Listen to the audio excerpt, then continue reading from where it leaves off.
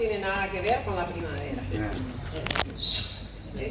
Sueño trunco de un niño. Tenía yo 5 años cuando murió Aquilino, un niño bueno y sin zapatos. A veces la muerte sube por un pie descalzo. Aquilino murió por culpa de un clavo oxidado que amó su talón de niño pobre.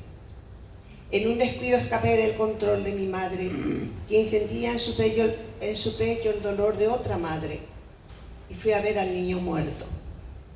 Quería descubrir el misterio de la muerte, que detuvo con un solo zarpazo el corazón travieso de un niño oscuro que se aprestaba a ir al 5º grado.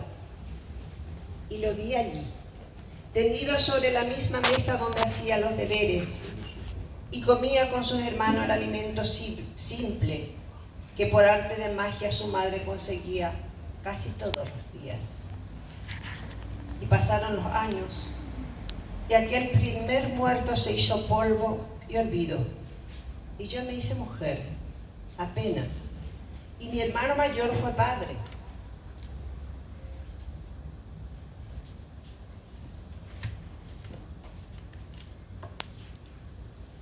Aunque era casi un niño.